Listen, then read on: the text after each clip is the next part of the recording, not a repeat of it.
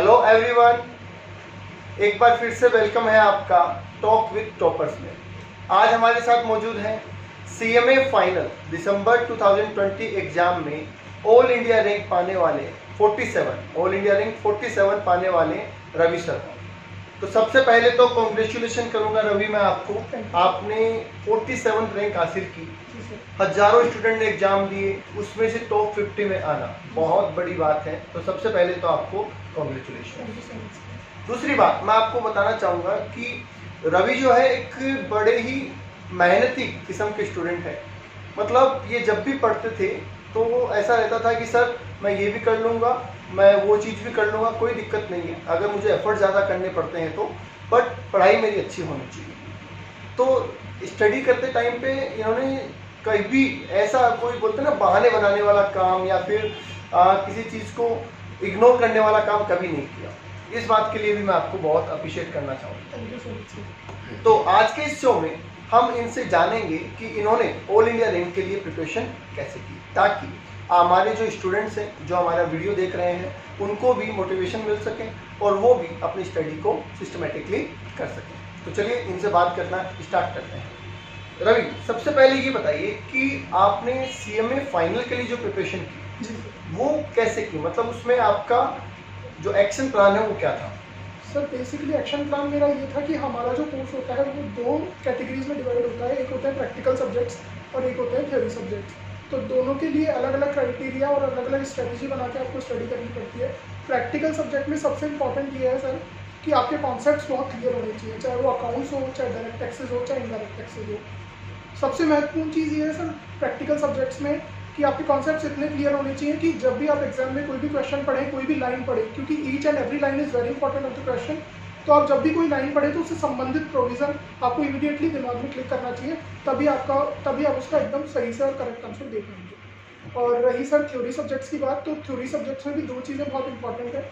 एक तो आपको सब्जेक्ट की नॉलेज होनी चाहिए, दूसरा ये कि जो टेक्निकल वर्ड्स जो हमारे मॉड्यूल्स में दिए गए हैं उनको याद करना और उनको एग्जाम्स में लिखना बहुत ज़रूरी होता है, क्योंकि कहीं ना कहीं आपको अच्छे मार्क्स तब भी मिलते हैं जब आप टेक्निकल वर्ड्स का यूज़ करते हैं। दैट मीन्स अगर थ्योरेटिकल आंसर अपन लिख रहे हैं तो उसमें अपनी लैंग्वेज जो है वो कहीं ना कहीं मॉड्यूल की लैंग्वेज थोड़ी होनी चाहिए। जी सर बिल्कुल, जो इंपॉर्टेंट टेक्निकल वर्ड्स है वो टेक्निकल वर्ड्स वो अपने को यूज़ करने ही पड़ेंगे। ओके, एक हमने ये भी चीज़ अपन ने देखी है बहुत बार कि काफ़ी स्टूडेंट बोलते हैं कि सर हम कितनी देर पढ़ें, है ना। कोई बोलता है कि सर मैं पूरे दिन पढ़ता हूँ फिर भी मेरे मार्क्स नहीं आते, या फिर सर कितना इनफ टाइम।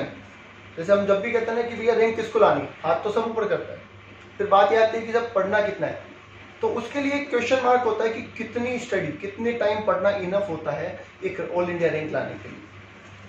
सर इसके लिए मैं ये कहना चाहूँगा कि कितने घंटे पढ़ना है इसका कोई फिक्स क्राइटेरिया नहीं है। ये डिपेंड करता है पर्सन टू पर्सन कि आप उस चीज़ को कितने जल्दी या कितने समय में ग्रैब करते हैं। कुछ लोग होते हैं जो बहुत जल्दी ग्रैब कर लेते हैं, कुछ लोग होते हैं जिन्हें कुछ समय लगता है ग्रैब करने में। तो ये टोटली डिपेंड करता है पर्सन टू पर्सन। मेरे केस में सर मैं ये कहना चाहूँगा कि मेरे साथ थोड़ी सी प्रॉब्लम ये थी कि मैं कंटिन्यूस स्टडी बहुत देर तक नहीं कर सकता, क्योंकि मेरी सिटिंग बहुत देर तक नहीं रहती। ये मेरे साथ प्रॉब्लम है स्टार्टिंग से इनिशियली। तो मैंने स्ट्रेटेजी अपनी ये बनाई कि सर मैंने 2-2 घंटे के स्लॉट बनाए, तकरीबन 5 स्लॉट, तो तकरीबन 8 से 10 घंटे की स्टडी मेरे लिए इनफ थी। हाँ, ये बात मैं भी मानता हूँ कि कितनी घंटे की स्टडी ये आप उससे डिसाइड नहीं कर सकते, क्योंकि 10 घंटे में आप जितना समझ पा रहे हैं हो सकता है दूसरा उससे कम समझ पा रहा हो, या हो सकता है कोई ज़्यादा समझ पा रहा हो। क्योंकि ये बात मैं भी जानता हूँ कि मेरा स्टडी पैटर्न भी कुछ ऐसा ही था कि मैं भी कभी ऐसे कोई टाइम फिक्स नहीं था, सुबह से लेकर रात तक पढ़ रहे हैं, कभी कभी कम टाइम पढ़ रहे हैं, तो ऐसा कुछ नहीं है। बात यह है कि टॉपिक हमारा क्लियर होना चाहिए। जिस टॉपिक को अपन लेके बैठे हैं तो उसको ही उस दिन कंप्लीट करना है, उस टाइम घड़ी नहीं देखनी है। मेरा एक्चुअली बेसिक कंसेप्ट मेरा जो रहता था स्टडी के टाइम पे कि ऐसा कई लोग कहते हैं कि प्लान बना लेते हैं 4 घंटे पढ़ना है, और वो 4 घंटे घड़ी देखते रहते हैं कि कब 4 घंटे होंगे और हम ये मान लेंगे कि हमने 4 घंटे पढ़ लिया है। पर वो सही है, आपकी बात बिल्कुल ठीक है। टाइम अगर सक्सेस चाहिए तो फिर टाइम नहीं देगा, और टाइम देखोगे तो सक्सेस मिलना बहुत मुश्किल है। बिल्कुल। चलिए, बहुत अच्छा कहा आपने ये। चलिए, इसके ऊपर एक पॉइंट और निकल के आता है यहीं पे, जो बहुत से बच्चों का कंसर्न है, और मैं हर ऑल इंडिया रैंकर से ये बात पूछता ही कि स्टडी मटेरियल क्या प्रेफर करें, क्योंकि बहुत बच्चों को कंसर्न होता है, सर हम कोई रेफरेंस बुक ले लें, हमारा फ्रेंड उस बुक से पढ़ रहा है हम भी वो बुक ले आए, वो फिर एक ही सब्जेक्ट की बहुत सारी बुक लेके बैठ जाते हैं और फिर लास्ट में ये हो जाता है कि क्या पढ़ें। तो अकॉर्डिंग टू यू कौन सा स्टडी मटेरियल प्रेफर करना चाहिए जो मोर देन इनफ आपके लिए काम करे? सर एक्चुअली मैं इसमें ये कहना चाहूँगा कि सबसे इम्पॉर्टेंट और सबसे ज़रूरी तो होता है इंस्टीट्यूट का जो स्टडी मटेरियल होता है वो तो आपको निश्चित रूप से पढ़ना ही पढ़ना है, उसे स्किप करने का तो कोई चांस ही नहीं है। तो मेरे को एक ऐसे कहावत याद आती है, वो कोट करना चाहूँगा मैं यहाँ पे, कि जब मैं APCC में ट्यूशन ले रहा था अमित सामरिया सर के यहाँ से, तो एक बच्चे ने उनके मॉड्यूल देख के बोला सर को कि सर आपके मॉड्यूल बिल्कुल इंस्टीट्यूट के मॉड्यूल बिल्कुल आपके मॉड्यूल जैसे हैं।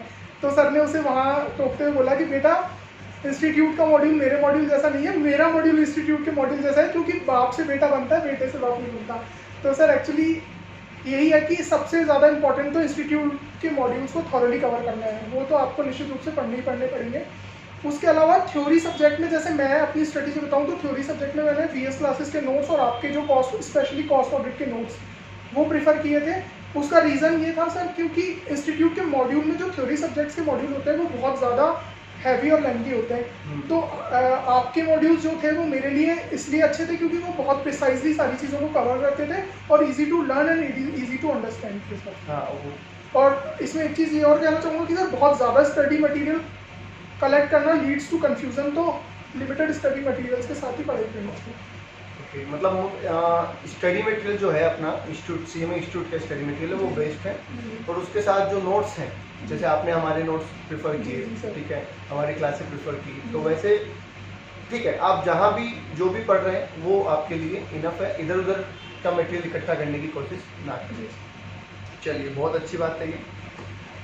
दूसरी बात अगर अपन ये बात करें कि आपने जो स्टडी प्लान बनाया, तो क्या आपने पहले से ये सोचा था कि मेरे ऑल इंडिया रैंक मुझे लानी है, या फिर आपकी जो पढ़ने की स्ट्रेटेजी थी वो क्या थी कि मतलब मुझे कैसे कोर्स कंप्लीट करना है, कैसे रिवीजन कंप्लीट करना है, तो उसमें आपने क्या प्लान बनाया? सर एक्चुअली स्ट्रेटेजी मेरी स्टार्टिंग से यही थी कि जो भी आप लोग क्लास में पढ़ाते थे, चाहे वो ऑनलाइन क्लासेस हों चाहे ऑफलाइन क्लासेस हों, उसमें सबसे महत्वपूर्ण चीज़ मेरी ये थी कि मुझे जो जिस दिन पढ़ाया जाए उसी को आके मुझे उसी दिन रिवाइज़ करना है। किसी भी चीज़ को मैंने इस तरीके से नहीं डाला कि एक बार कोर्स पूरा हो जाए तो हम फिर रिवीजन करेंगे। तो मैंने हर चीज़ को सेम डे ही उस चीज़ को रिवाइज़ किया और सारे कॉन्सेप्ट्स हैंड टू हैंड ही क्लियर करता गया सर। और रिवीजन मतलब अपन अगर बात करें कि चलो कोर्स आपने साथ के साथ कर लिया और बहुत सही अप्रोच है। मैं भी आप सबसे कहना चाहूँगा कि अगर आप पढ़ाई कर रहे हैं, बहुत से स्टूडेंट ऐसे होते हैं कि सर अभी हम क्लास में पढ़ लेते हैं, फिर घर जाके या फिर जब कोर्स कंप्लीट हो जाएगा ना तो हम लेके बैठेंगे और हम उसको पूरा रिवाइज कर डालेंगे। तो ये कंसेप्ट बिल्कुल ना लगाएं। एटलीस्ट एक बार तो रिवीजन आपका क्लास के साथ साथ ही हो जाना चाहिए। क्लास में पढ़ा, घर जाके फिर पढ़ लिया, ठीक है। उसके बाद क्योंकि उस टाइम क्या होता है, जो कंसेप्ट आपको क्लास में पढ़ाया जाता है वो आपकी मेमोरी में सेट रहता है, और अगर आपने उसको दोबारा पढ़ लिया तो फिर वो आपकी परमानेंट मेमोरी में चला जाता है, तो उसको फिर रिमाइंड करना इजी रहता है, वो लंबे टाइम तक अपने को याद रहता है। अदरवाइज क्लास तक तो याद रहेगा, अगर आपने 2-3 दिन उसको देखा ही नहीं तो फिर वो चीज़ें एस्केप होना स्टार्ट हो जाती है। तो बिल्कुल ये बात मैं इनसे डेफिनेटली एग्री करूँगा और आप सभी को भी सजेस्ट करूँगा कि ये स्ट्रेटेजी बिल्कुल फॉलो करें। एक बार कोर्स तो आपका क्लास के साथ ही कंप्लीट हो जाना चाहिए, उसमें किसी प्रकार का कोई लूपहोल ना रखें। चलिए आगे अगर अपन बात करें कि हर सक्सेसफुल इंसान, चाहे वो बिजनेस में हो, चाहे वो स्टडी में हो, चाहे वो म्यूजिक में हो, डांस में हो, किसी भी चीज़ में, उसको कहीं ना कहीं से मोटिवेशन मिलता है, ठीक है, क्योंकि कंटिन्यूस मोटिवेशन जरूरी है, ठीक है। कई बार क्या होता है अपन डिस्ट्रेस हो जाते हैं, या कई बार अपने को खुद को लगने लग जाता है कि यार मैं इतना नहीं कर पाऊंगा, मतलब खुद पे सवाल खड़ा होने लग जाता है। तो एट दैट टाइम या ऐसा सिचुएशन आपके साथ कभी हुआ, और अगर हुआ तो कौन वो लोग हैं जिन्होंने आपको सपोर्ट किया या जिन्होंने आपको मोटिवेट किया सक्सेस पाने के लिए, मतलब आपकी सक्सेस के पीछे कौन? जी सर, बिल्कुल आपने बिल्कुल सही कहा। मेरे लाइफ में भी ऐसा समय आया था जब मैं एकदम डिमोटिवेट हो गया था, काफ़ी समय लग रहा था सक्सेस पाने में। तो सबसे ज़्यादा मोटिवेशन तो मुझे मेरी फैमिली ने दिया, क्योंकि सभी के लिए फैमिली सबसे ज़्यादा इंपॉर्टेंट होती है सर, और फैमिली का सपोर्ट बहुत ज़रूरी होता है। तो मुझे भी टाइम टू टाइम फैमिली का सपोर्ट मिला, उनका मोटिवेशन मिला, और उन्होंने कहा कि हाँ तुम कर सकते हो, तो वो चीज़ थी। और दूसरा सर, पढ़ाई से संबंधित अगर पूछा जाए तो सच कहूँ तो मुझे आपका और विकसित सर का जो सपोर्ट था सर वो बहुत ज़्यादा मिला, क्योंकि आपको पता था पैंडेमिक टाइम में हमारी क्लासेस काफ़ी कम टाइम चल पाई थी इंस्टीट्यूट में, फिर वो क्लासेस डिसकंटिन्यू हो गई थी। तो उसके बाद आप लोगों ने ऑनलाइन क्लासेस के अलावा भी जो बच्चों को सपोर्ट किया, चाहे वो बच्चे आपके इंस्टीट्यूट के हों, चाहे हमारे इंस्टीट्यूट के हों, या फिर ऑनलाइन सभी जगह आपने जो फ्री क्लासेस भी बहुत सारे बच्चों को प्रोवाइड कराई। तो सर उससे देख के ये लगा कि जब आप लोग हमारे लिए इतनी मेहनत कर सकते हैं, तो हमें इतना अच्छी अपॉर्चुनिटी मिल रही है, तो हम क्यों ना इसको ग्रैब करें और हम भी आप लोगों के लिए कुछ करके दिखाएं।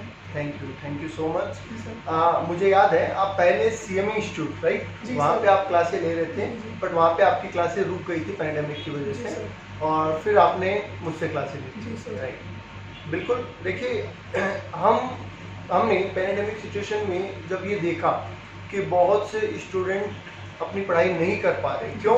क्योंकि CMA के लिए ऑनलाइन क्लासेस कहीं अवेलेबल ही नहीं है, कोई है तो CA वाली है या और कोई क्लासेस हैं। तो हमने कहा कि क्यों ना सभी को एक ऐसा प्लेटफॉर्म दिया जाए या सभी के लिए ही कुछ किया जाए। तो एट दैट टाइम हमने बहुत क्लासेस रिकॉर्ड करके सभी बच्चों को डिस्ट्रीब्यूट की। कोई किसी ने अगर कहा था पैसे नहीं है, कोई बात नहीं, पैसे नहीं है, कोई इश्यू नहीं है, बहुत लोगों को हमने उस टाइम फ्री क्लासेस प्रोवाइड करवाई। बट ठीक है, आज भी मैसेज आते हैं, बहुत मैसेज आते हैं दिल्ली से, छत्तीसगढ़ से, यूपी से कि सर हमने आपके वीडियो देखे, हमने उसमें इतने मार्क्स गेन किए। तो अच्छा लगता है क्योंकि सारे काम पैसे के लिए नहीं होते। जी सर, और सर लोग काफ़ी कहते भी आपके लिए और विकसित सर के लिए कि इन लोगों ने अपने प्रोफेशन को हमेशा बिजनेस से ऊपर रखा है। थैंक यू उन लोगों को, सभी दुआएं बनाए रखें। चलिए आगे अपन बात करें कि मतलब इन शॉर्ट अगर अपन बात करें तो ये जो पूरी सक्सेस है, इसमें आपने एक होता है ना, सबका एक मंत्र होता है, वो लेके चलते हैं अपन हर चीज़ के अंदर, चाहे वो अपन कुछ भी कर रहे हो। तो आपका सक्सेस मंत्र क्या है? सर सक्सेस मंत्र यही है कि अगर आप किसी चीज़ के लिए परसिस्टेंट रहते हैं तो आपको निश्चित रूप से सफलता मिलती है। तो सबसे पहला तो ये कि सर आपको कभी गिव अप नहीं करना चाहिए, हमेशा परसिस्टेंट रहना चाहिए चीज़ों को लेकर। और दूसरा ये चीज़ कि सर जहाँ तक स्टडी की बात है तो स्टडीज़ में डिसिप्लिन और रेगुलरिटी बहुत ज़रूरी है। तो सर अगर आप रेगुलर और डिसिप्लिन स्टडी करेंगे तो निश्चित रूप से सफलता आपको मिलेगी सर। बिल्कुल, ये देखो, ये पॉइंट मैं भी इसमें ऐड ऑन कर देता हूँ कि कई बार स्टूडेंट कोर्स ज्वाइन करने के बाद कुछ ऐसा किसी कैसे कर लेंगे, हो जाएगा, ऐसा क्या बिग डील है? नहीं, ऐसी बात नहीं है। अगर आप किसी भी चीज़ को कर रहे हैं तो डू विथ परफेक्शन, अदरवाइज ना करें। अगर नहीं करना तो ना करें, बट करना है तो परफेक्शन के साथ करें, ठीक है? क्योंकि अगर आप ज्वाइन कर लेते हैं और फिर उसको आप परफेक्शन के साथ नहीं कर रहे हैं, तो आप अपने साथ, अपनी फैमिली के साथ और सबके साथ एक तरीके का खेल खेल रहे हैं। तो वो चीज़ मैं कभी प्रेफर नहीं करता। बिल्कुल इत्तेफाक करता हूं सर आपकी इस बात से। बिल्कुल। तो आई होप आप सभी को इनके एक्सपीरियंस से बेनिफिट मिलेगा। आप इनकी बातें समझें, सुने और उस पर अमल करें। सिर्फ सुनने से कुछ नहीं होगा, उन चीज़ों को अप्लाई करो, ठीक है? सक्सेस पाने के लिए बहुत मेहनत करनी पड़ती है, ठीक है? और मेहनत करने के लिए डेडिकेशन रिक्वायर्ड होता है। अगर आपका डेडिकेशन नहीं है, आप 2-4 दिन मेहनत करेंगे फिर लगेगा ठीक है यार कोई दिक्कत नहीं, हो जाएगा, तो ऐसा ना करें। बिल्कुल उसको फॉलो करें। और अगर आपको उसके अलावा किसी भी तरीके का कोई डाउट हो, किसी चीज़ में कोई सपोर्ट रिक्वायर्ड होता है, तो आज मैं आपसे कहता हूँ कि आप मुझे कॉल कर सकते हैं। I will support you. अगर आपकी CMA जर्नी में कोई भी प्रॉब्लम आती है किसी भी चीज़ से रिलेटेड, तो आप मुझे कॉल करें, मैं आपको इसमें डेफिनेटली सपोर्ट करूँगा। चलिए आज के लिए इतना ही करते हैं। नेक्स्ट शो में फिर मिलेंगे दूसरे एंकर के साथ। तब तक के लिए थैंक यू।